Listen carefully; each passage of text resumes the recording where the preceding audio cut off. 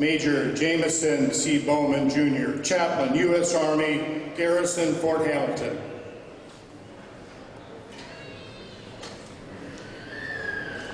Service and the trying time they endured in this country. We ask that you endow them with wisdom and strength to serve as a bridge between our World War II and Korean War veterans and the veterans of the many more recent conflicts. For those families that paid the ultimate sacrifice, please provide them continued comfort. For those that carry untreated wounds, Lord, please lead them to wholeness and healing. Grant each family represented today prosperity, we ask, Lord, and peace. In your holy name we pray. Amen. Amen. Space in the aisle, middle aisle. Retire the colors. Right. Hey.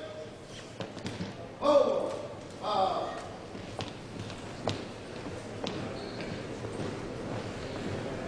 So, she was 2 years old. That's true. All right.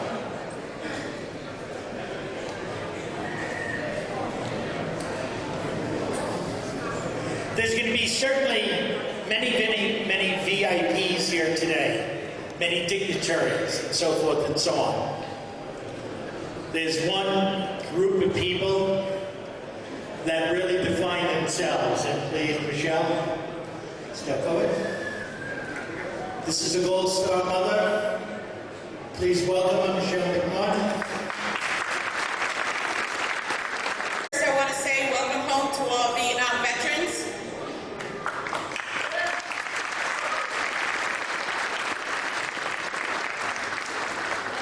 My son was killed in 2005, and a lot of times we have to comfort families that try and comfort us. Families aren't sure what to say to the Gold Star families. All I can tell you to do is ask us about our children. We'll tell you. It helps us heal. So don't be afraid to ask who our sons were, where they were killed, where they died. We're more than happy to share their stories. So take your time out and ask us about our children. Like I said, it helps us heal. Thank you. There you go. Right in this particular area are our Gold Star family members. I'd like to ask them to please stand and just get recognized by all of us. Ladies and gentlemen, Gold Star family members.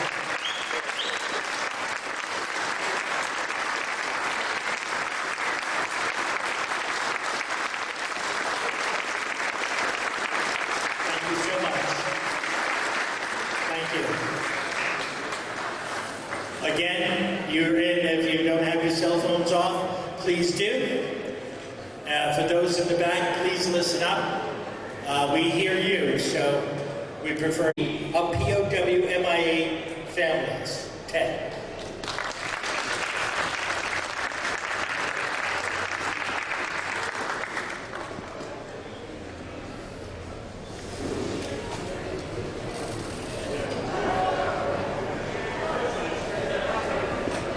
Quiet back there, please. Thank you. It's always an honor to be here. And as you entered this room today, you may have noticed a small table and a place of honor. It is set for one. This table is our way of symbolizing the fact that members of our profession of arms are missing from our midst. They are commonly called POWs or MIAs. We call them brothers. They are unable to be with us today, and so we remember them. This table is set for one. It's very small. It symbolizes the frailty of one prisoner alone against his oppressors. Remember. The tablecloth is white, symbolizing the purity of their intentions to respond to their country's call to arms. Remember. The single red rose displayed in the vase reminds us of the families and loved ones of our comrades in arms who keep the faith, awaiting their return. Remember, the red ribbon tied so prominently on the vase is reminiscent of the red ribbon worn upon the lapel and breast of thousands who bear witness to their unyielding determination to demand a proper accounting of our missing. Remember, the candle symbolizes the upward reach of their unconquerable spirit. Remember, there is salt on the bread plate, symbolic of the family's tears as they wait. Remember, the glass is inverted. They cannot toast with us this night. Remember, the chair is empty. They are not here. Remember. Remember, all of you who served with them, call them comrades, who depended upon their might and aid and relied upon them, for surely they have not forsaken you. Remember. Remember until the day they come home. Thank you very much.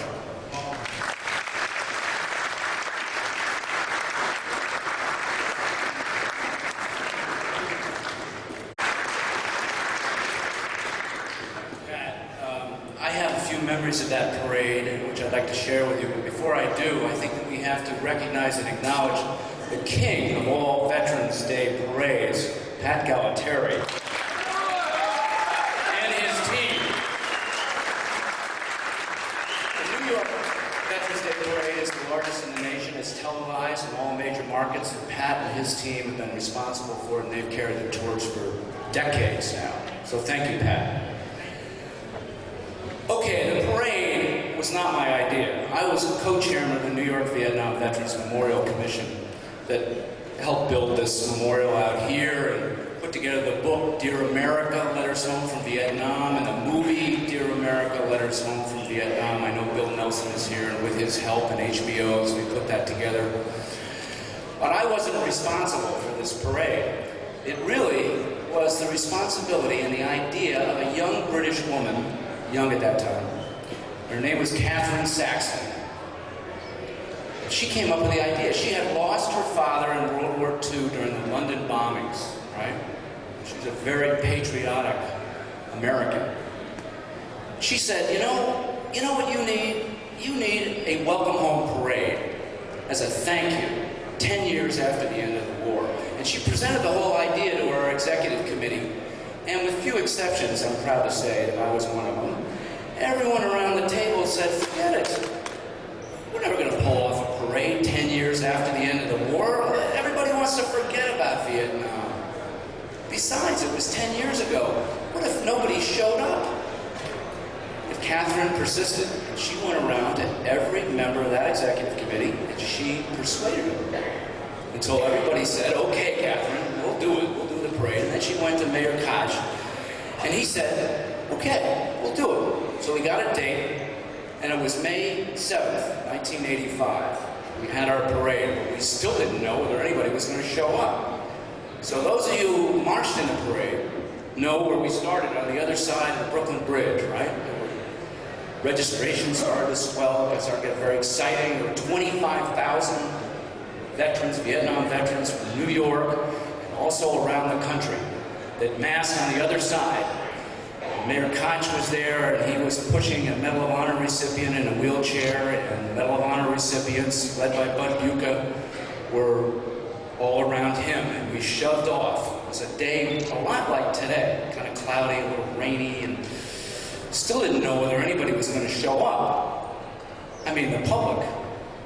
So we came across the bridge, and then everyone looked up. We heard that, and there was a helicopter flyover. And everybody felt great about that. We get to the other side of the bridge, and there were all these little kids, children that had time off from school, and they were yelling and screaming and had flags that were waving, and we felt really good about this, but still we didn't know whether anybody was going to show up. And then we went to the other side of City Hall, that long stretch along there, and there were a lot of people there. A lot of people cheering us on. I remember Cardinal O'Connor was there. There were a lot of priests that were behind us, and pastors and rabbis. And they were cheering, and then it kept going on. The parade was getting larger, and people were getting, more excited. And then we turned down the Canyon of Heroes on Broadway. The ticker tape started coming down, and there were 10 deep on either side of the Broadway. And you looked up, and you saw all this ticker tape coming down, and then you saw people hanging out of windows, waving and yelling and screaming, "Thank you, thank you, thank you," and "Welcome home, welcome home, welcome home." And then we realized that they really did care. And we came around to the memorial, and everybody was very, very excited. Westmoreland was in the stands, and one of the Army groups that was there, I think it was the 101st, they went up and they got Westy out, and he marched with them. And then a really wonderful thing happened. There were people on the side of the road who were Vietnam veterans, side of Broadway, who were not part of this parade and never identified themselves as Vietnam veterans. Back in 1985, you didn't want to put that on your resume. And they got very excited. And they jumped over the barricade and started to march with us. And there were dozens and dozens of them. And it was great to see that. And at the end of the parade, we realized that the million people who watched this, because this had become the largest ticker tape parade in the history of New York, 25,000 marching, and 1 million cheering us on, really needed it as much as the Vietnam vets who were marching. They realized they had made a big mistake, and they felt guilty about it. And I remember one woman coming up to me and saying, "I'm sorry, I'm sorry, I'm sorry." She had tears in her eyes. "Welcome home, welcome home." So the parade really was a welcome home, the first of its kind in the country. And I think what it really symbolized, as news of it spread throughout New York and across the country, it was a turning point. Never again would this country not welcome home, not confuse the warrior with the war with the warrior. We were going to make sure that our warriors, those who had served and sacrificed, and their families, would be properly recognized and thanked for their service. So thank you all, and welcome home.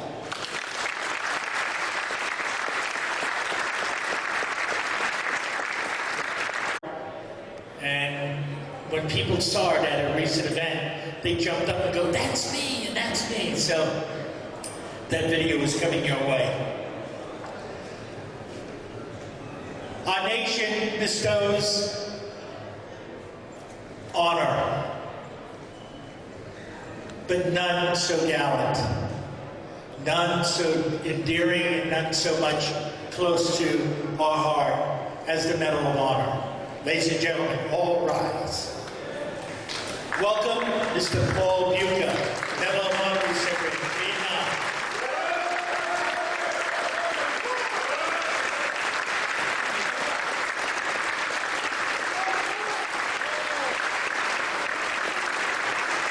Thank you. For everyone in the room that stood up, I wear this, as most of you who are my friends know, for the men I had the privilege of serving with in Delta Company 3rd of the 187th, 3rd Brigade of the 101st Airborne Division Air Mobile. And on their behalf, I thank you for that welcome. There are a lot of things that we can talk about today. One of the things that I think is important for you to realize, last week, 2 weeks ago, we had 24 new Medals of Honor awarded. I had a good friend called me up and said, "Why were they all Army guys? There were no Navy, there were no Marines, there's no Air Force, just Army." Well, the reason is, the New York congressman 30 years ago, Joe DiAguardi, one of the most conservative Republicans in this entire House, joined force with an African-American congressman from Beaumont, Texas, Mickey Leland, perhaps the most liberal member of the Congress, to look back at all the medals that were awarded since World War I. And the idea was they had just gone through the 60s, and maybe there was a chance that the discrimination we were trying to do away with and rid this country of had in fact been present in the decision to give the Medal of Honor. The Marine Corps said, "We don't look back." Navy said, "We don't look back." And the Army said, we've always been a leader in reconciliation, and they looked back. First group was African Americans. Vernon Baker and his teams, the African Americans from World War II, Vietnam even included, got their medals. Vernon waited 42 years for his. Then we did the Asian Americans, Senator Inouye and the 422 and all the other famous combat regimental teams got their medals, some having waited 42 years. And then Tibor Rubin, a POW who had once been in a Nazi concentration camp, received his medal for Korea. And they asked him, what is it? He said, I just wanted to be a G.I. Joe. They saved me in Germany, and I wanted to pay back. And he said, and now I have this medal, I'm a super G.I. Joe. That set the tone for look-backs. This last group was a look-back again by the United States Army. And the reason I bring this up is we are currently coming to an end of the nation's largest war. Less than 20 medals of honor have been awarded. Less than 20. Statistically, to be comparable to all wars, 175 to 243 medals should have been awarded to this war. But they were not. No one knows why. Just as in the past, we weren't aware of it at the time. But it's up to us. Remember, we're the ones that said, we will stand up and make sure that those who serve this country and wear the uniform of this magnificent land never treat the warriors less than what they're entitled to be treated with. It's up to us to go out and say, let's look back at every Silver Star, every DSC, every Navy Cross, every Flying Cross, and let's see if by chance, for some reason, those warriors weren't given the Medal of Honor, and they should have. If we do that, from our war, a disproportionate number, surprised everyone, of the Medal of Honor recipients were our unbelievable medevac pilots who came into the hell that we were experiencing and plucked out our wounded and brought them home to be salvaged and saved. This war, a disproportionate number of those medevac pilots are women. We need Medal of Honor recipients who come from the ranks of the ladies who wear this uniform and serve this great country.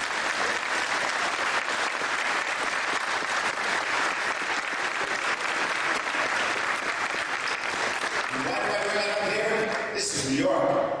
New York is the one that said, no, you're not giving the people who first responders and those that gave their lives at 9/11, we're not going to give them $10,000. We're going to give them $1 million so that their families can live forever and remember the sacrifices that they made. We led that. We forced this nation to wake up and say thank you. Once again, the call is to us. So let's join together and leave this today committed to the fact that we're going to make sure all who are entitled to wear this ribbon of blue, for the men and women they serve with, have the opportunity to wear it. Another thing, now I'm switching on you. Every year I try to come up with something that's a cause that we've got to think of. In December, Veterans Advantage read a study that said identity theft occurs twice as often among veterans as it does in the rest of the population. So each person loses their identity through theft who's not a veteran. There are two veterans that lose it. And maybe it's because when someone asks, give us a number, we say, what the hell, here's a number, give me something. But what those people are doing is they're taking your information and they're selling it. They've cracked into the databases, the DOD, the DEERS database. They've cracked into the VA database, not to help us, but to sell it. And much to my shock, many of those who are doing it are veterans. My mission to you, my objective to you, my challenge to you is, do not allow anyone to give your Social Security number or their Social Security number to anyone under a promise of getting $5 off a donut. Tell them, no, my information belongs to me and my men and my family. Resist that. You do not share it because they will ruin your life under the pretense they're serving you, they are stealing from you. Let the word go forth from this gathering today that we tell all our veterans organizations, stop with this sharing of your critical information. I can name the companies. A guy formed Troop ID. Everybody started jumping on it, so he changed it to ID Me. Army Ranger. When he interviewed, he said, what's your secret of your business? He said, I can sell this information, and when I get the medical records, I'll have the mother load. We know we do not want that. We need to stand up and say no. So when you leave here today, 2 challenges. Go to the veterans that you know and their families and say, protect your information. Don't give it to anyone. They don't need it. Don't give it to them. It's yours and yours alone. And secondly, let's leave here inspired by the Gold Star mothers in front of us and the memory of all those who served this country who are entitled to wear this medal but never received it. Let's leave this room inspired by them, committed that our lives from this point on will be lived in a way that is worthy of the sacrifice they have all made for us. God bless you all. God bless the Vietnam veterans of America, and God bless New York.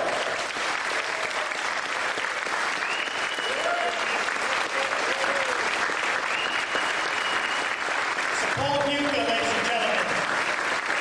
Thank you, sir. Thank you. Yes. All right, now's a chance for all of you to stand up and get rowdy and be proud as hell as we are. Is the Army Band ready to go? We're ready to go. Ladies and gentlemen, when you hear the branch of service, or if you're served in that branch, please stand. If one of your loved ones is in that branch of the service, please stand. And for the viewing audience and guests, if your Uncle Sam served in the Marines, please stand on his behalf. Ladies and gentlemen, the 319.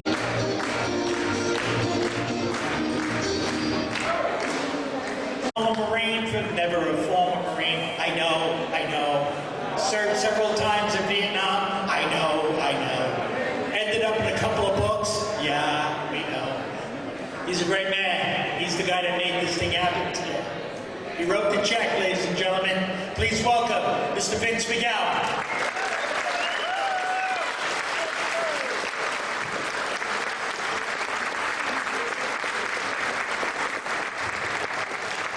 Good morning, everyone. I want to say it was great standing up for the U.S. Coast Guard. I am a Coast Guard artillerist, and we perform a major function here in Lower Manhattan and have been really recognized since the attacks of 9/11/2001 as a major force for good here in New York City. So, if we go back 50 years, the 50 years that we're celebrating now, this wasn't such a happy day. Many of us worked hard to make sure a welcome home was available for all of us Vietnam veterans and our families who somehow or other got missed as the world transitioned from a World War II, Korea War focused society to a society that was going to have more and more need to deal with a different type of warfare. We called it a guerrilla warfare style years ago, but we still organized and fought as if it were conventional warfare. Well, 50 years later, we know that that isn't the case, and I want to welcome all of our veterans of modern warfare, Desert Storm, Iraq, Afghanistan, Grenada, Santo Domingo, all those wars that have cost the lives of American citizens, have cost us blood and treasure, and we're still figuring out through the media how it is to define that service. Let's give a hand to all those young men and women who protect us today.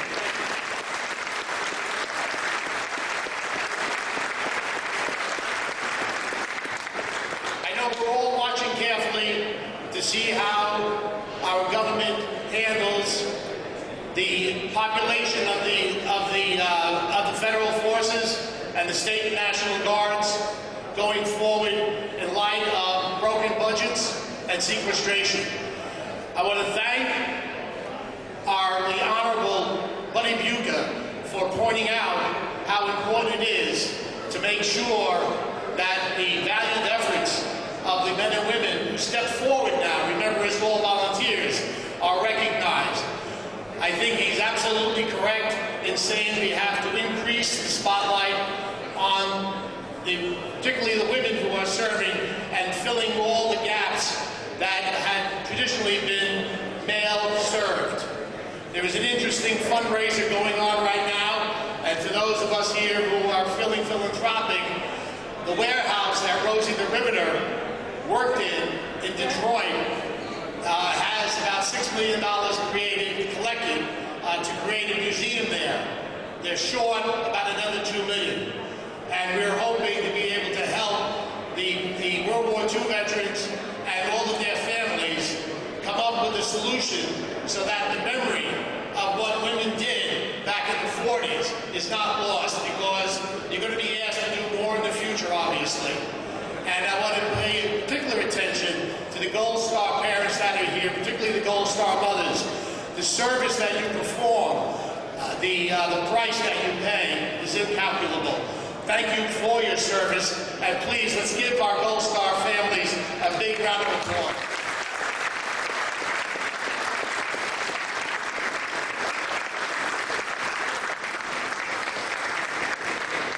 This has been a real great year for the veterans community. For those of us who have been toiling in those fields for all these years, we are finally seeing some real progress. New York State, under Governor Cuomo, has now become the state that has the richest benefit package for veterans. The governor's recent summit 2 weeks ago in Albany, where he announced the plans for 6% set-asides plus other items of benefit to us that the state provides, is truly a record-breaking and a glass ceiling-breaking package that is going to benefit all the men and women who currently serve and will be serving in the future. We want to publicly thank Governor Cuomo for all that he's done. I know he has representatives here today. We want to at least stand representing Governor Cuomo. Let's give him a hand for the governor. As Stan Slisberg, the General Counsel, and Jamal Logan, the representative down here in New York. Thank you very much, gentlemen. All right, and in that regard, we need the leadership up here to receive the written recognition that the mayor and the governor have given to us. So I'm going to call the names of the registered veteran leadership that is here today and ask you to come up here between Pat Gualtieri and myself for a great photo op and to the distribution of these proclamations. Mr. The proclamations from the governor, from the mayor, and from the President of the United States. Pretty impressive. Okay, so you will all be getting that, and thank you. All right, alphabetical order. This is alphabetical order, I believe. No, it's in some kind of... Some sort of order, anyway. It's in veterans order. Alan Crusoe, Commander, Veterans of Foreign Wars. Andy Finch, Representative, Vietnam Veterans of America, Queens. Just come forward, please. Donald Brandt, Representative, Civil Service Employment Veterans Group. Patrick Wiley, Representative, Vietnam Veterans of America, Chapter 12. Alexander Muscati, Representative, Iraq, Afghanistan Veterans of America. Dennis Morgan, Commander, White Plains, Harley Riders. Edwin Hopkins, Representative, American Legion, Post 94. Leonard Corby, Representative, VFW, DAV, Morris Park. Kenneth Meir, Representative, Marine Corps League. Joe Tuzama, Representative, Man Knights. Vincent? I'm just going to repeat it real quickly. Edwin Koch, American Legion 94. Leonard Colby, VFW, DAV. Marine Corps League, James J. Peter, Veterans Medical Center, the Bronx. Joe T., NAM Knights. Who's here, NAM Knights? Anyone? They're outside. They're outside. Veterans Association of America, Harlem, New York. Patrick Jaber, Michelle McNaughton, Vice President, Department of New York American Gold Star Mothers. Commissioner Terrence Holliday. Commissioner Holliday, Colonel, retired. Mayor's Office, Veteran Affairs. Catherine Cross, President, New York City Gold Stars. Beverly Hughes. Representative DeRocco Marina, VFW Post. That's Andy, go for it. Vietnam Veterans of America, Chapter 421. Bill Jennings, step forward. Defending our nation. Now therefore I, Bill de Blasio, Mayor of the City of New York, do hereby proclaim Saturday, March 29, 2014, in the City of New York as Vietnam Veterans Recognition Day.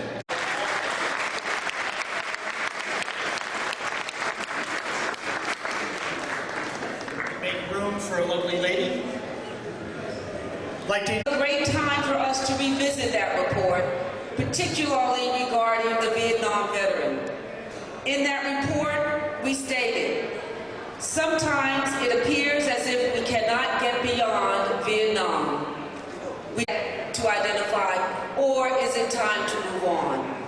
So we, the Mike Handy Foundation, and other veterans groups, including the United War Veterans, will be holding a meeting, the initial dialogue, on May 10th to discuss the status of the Vietnam veteran. Based on those results, we will make recommendations for Memorial Day, hold extended discussions and dialogues during the summer and fall of 2014, and we will share our findings on Veterans Day. We, the Mike Handy Foundation, are a family of veterans. You might have noticed I stood up during the medley of each service. That is because my daughter and son-in-law, Army, uncles, Army, my father-in-law, Michael's dad, Navy, my uncle-in-law, Joan Handy's brother, Coast Guard, my grandson, Marines, and Michael, Air Force. Michael, Air Force, Vietnam veteran. They stood up under unbelievable circumstances. They stood up to a homecoming not of their making, but if the statistics are correct that they stood up in spite of it, we need to know that story. But we also need to be able to stand up if they still need our help, if they still need the mending, if they still need, Paul, the reconciliation. So please join us on May the 10th. You have a card, it's in the seats. Please take one. I have others. If they're on the floor, I might have to hurt someone because I was up at 3 o'clock this morning printing these out. So please take them. Let us know if you want to join us. So ladies and gentlemen, on to the proclamation by the President. I will just read a portion. Now therefore, I, Barack Obama, President of the United States of America, by virtue of the authority vested in me by the Constitution of the laws of the United States, do hereby proclaim May 28, 2012 through November 11, 2025 as a commemoration of the 50th anniversary of the Vietnam War. I call upon federal, state, and local officials to honor our Vietnam veterans, our fallen, our wounded, those unaccounted for, our former prisoners of war, their families, and all who served with appropriate programs, ceremonies, and activities. All get a copy of this wonderful booklet. It's on Veterans Day. It's letters from students. They collected it for all of you, so it's here. And I want to thank you, a school. It's West Babylon, am I correct? Good. West Babylon School, this is more than they've done it for years now. So thank them all, and thank you all very much. And Good morning to everyone here, and welcome everyone home. It's great to be with so many friends who I know throughout the city. It's great to be the fire commissioner of this great city, but more importantly, it's great to be a veteran who served with so many of you.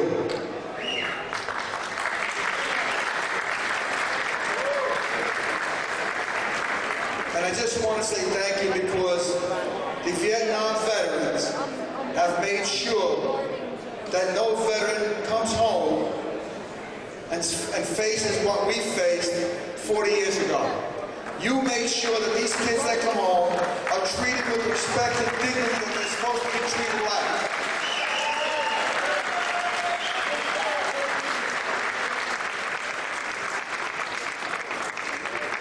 just want to thank you for all of those young men and women that come home and know that they're respected for what they've done because of the people in this room and all over the country that served in Vietnam. You are doing it. Keep up the great work and keep up the good fight. Have a great day, and this is long coming today. Long coming.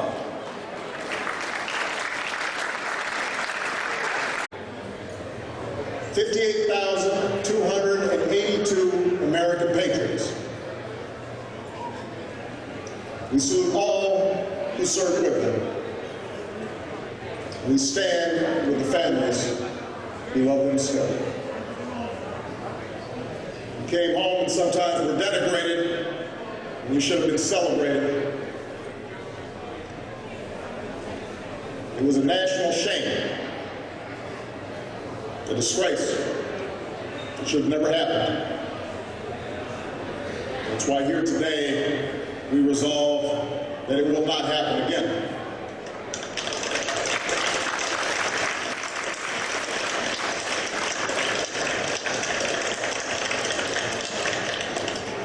And so a central part of this 50th anniversary will be to tell your story as it should have been told all along. It's another chance to set the record straight. That's one more way we keep perfecting our union, setting the record straight, and it starts today. Because history will honor your service. Your names will join a story of service that stretches back 2 centuries. So here today it must be said, you have earned your place among the greatest generations. At this time I would ask all our Vietnam veterans, those of you who can stand, please stand. All those already standing, raise your hands as we say those simple words which always greet our troops when they come home from here on out. Welcome home. Welcome home. Welcome home. Thank you. We appreciate you. Welcome home. Thank you, Mr. President.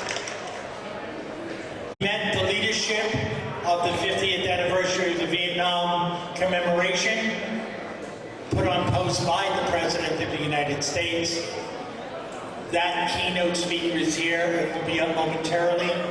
One of the videos that was shown as part of the commemoration and the remembering of Vietnam veterans is called A Moment of Truth. Please play the video. On war commemoration, please welcome Major General James T. Jackson, United States Army.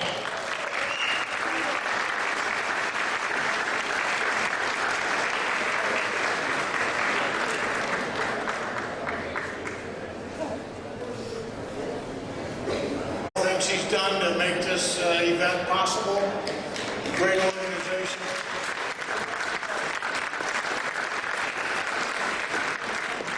And from my experience, he's just one of those typical New Yorkers that never stop.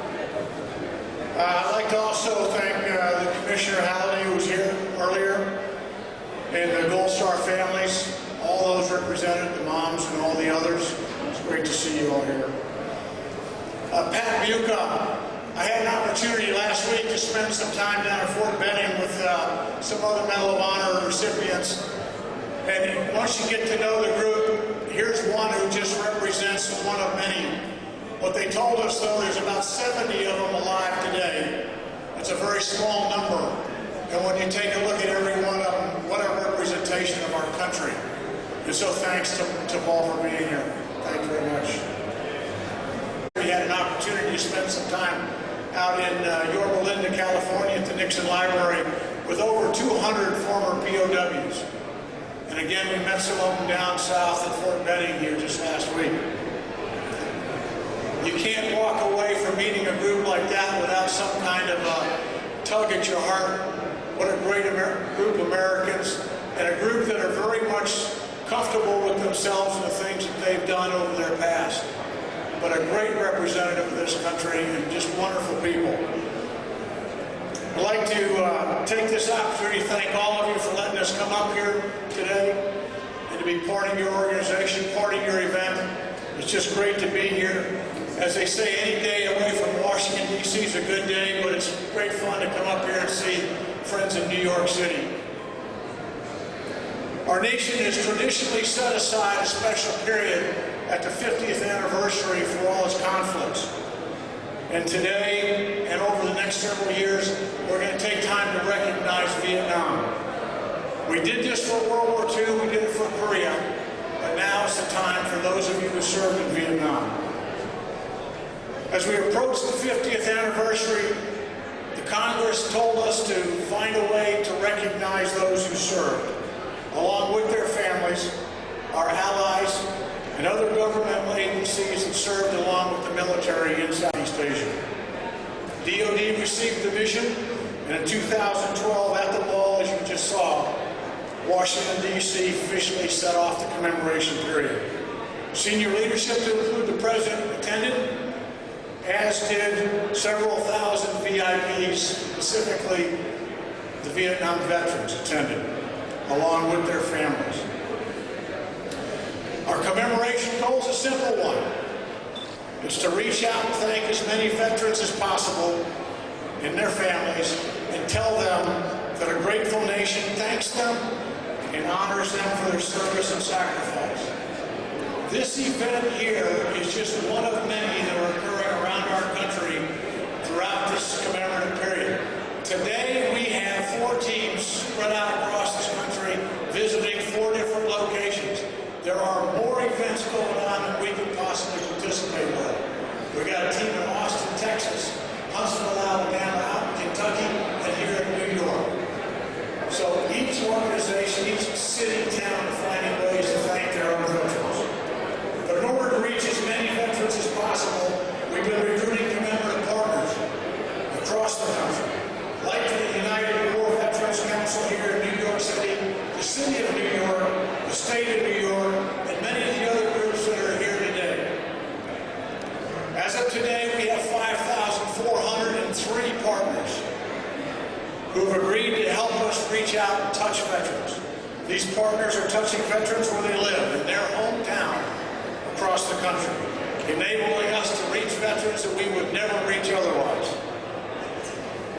Any organization can become a commemorative partner just by submitting a request and conducting 2 events during our peak periods 2015, 16, and 17 that recognize and honor the veterans and their families. If you're interested, we've got a booth back in the back. You can get some information and feel free to join us.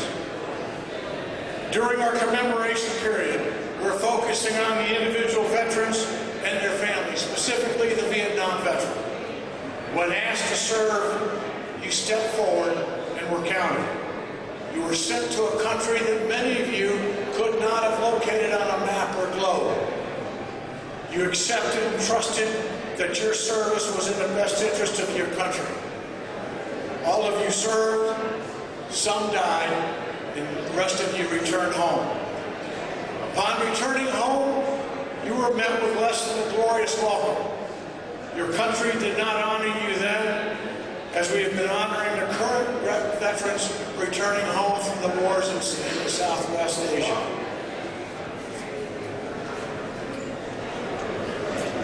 Today, and in the coming years, we as a nation have an opportunity to correct some of those misdeeds. Together with our partners, we plan to do just that. With the help of a willing population, we are reaching out to all veterans from all conflicts to thank them and their families. But during the 50th anniversary, we especially want to reach out to our Vietnam veterans and offer them our appreciation for what they did and what their families experienced, and offer them a thanks that was denied years ago. Support and appreciation that was rightfully theirs and earned the hard way. We do this because it's the right thing to do. I'd like to thank all of you for taking time to spend this day with us and with the rest of this group. A special thanks to all the veterans here, especially the Vietnam veterans. We wish you the very best. God bless y'all. God bless the state and the city of New York City.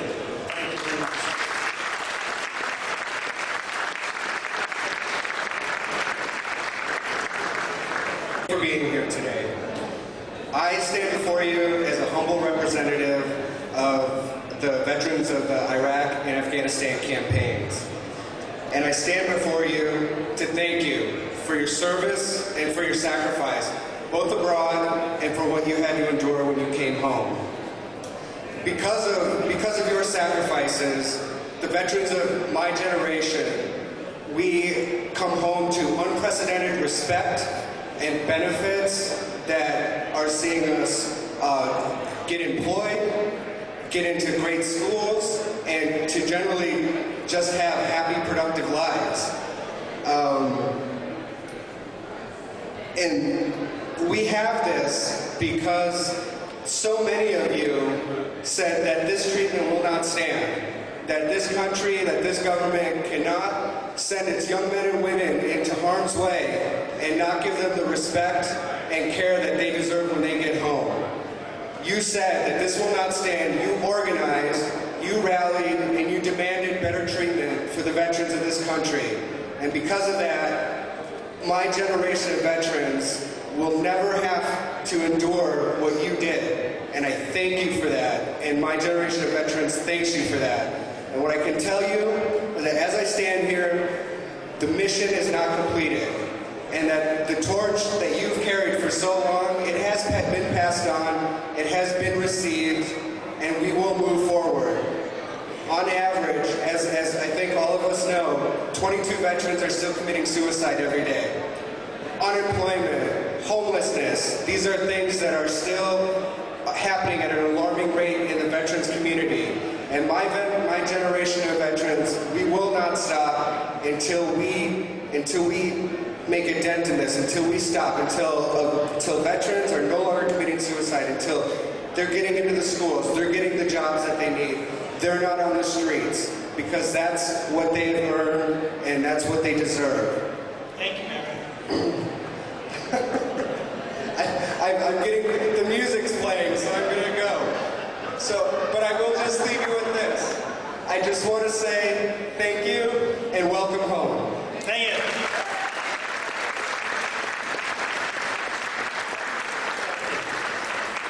Thank you, Mary. Logan Chase for being here today. Thank you. U-Haul, God bless you guys. Great.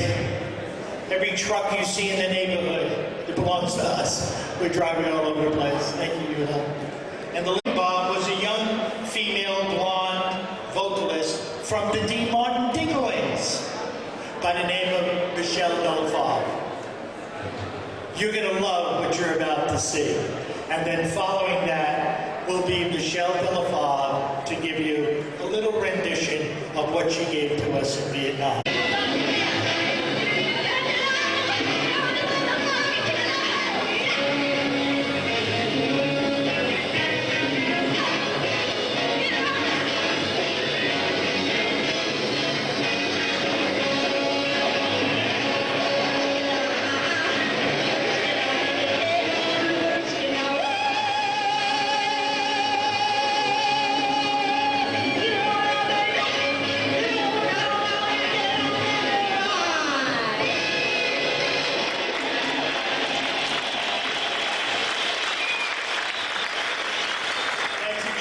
Michelle Delafave.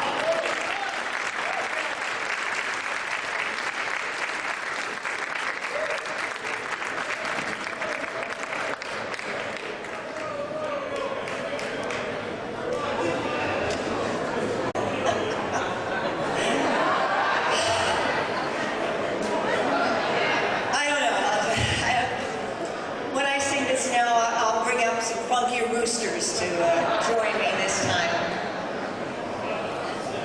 Yes, I did do two tours, 69 and 70. I was very honored. Thank you. Welcome home.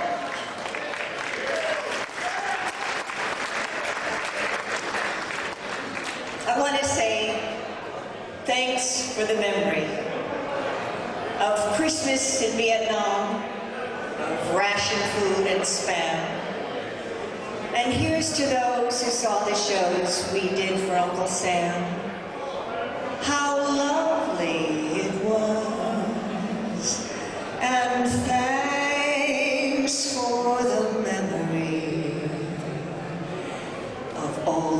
those gallant Yanks in trucks and jeeps and tanks, and those brave GIs in hospitals.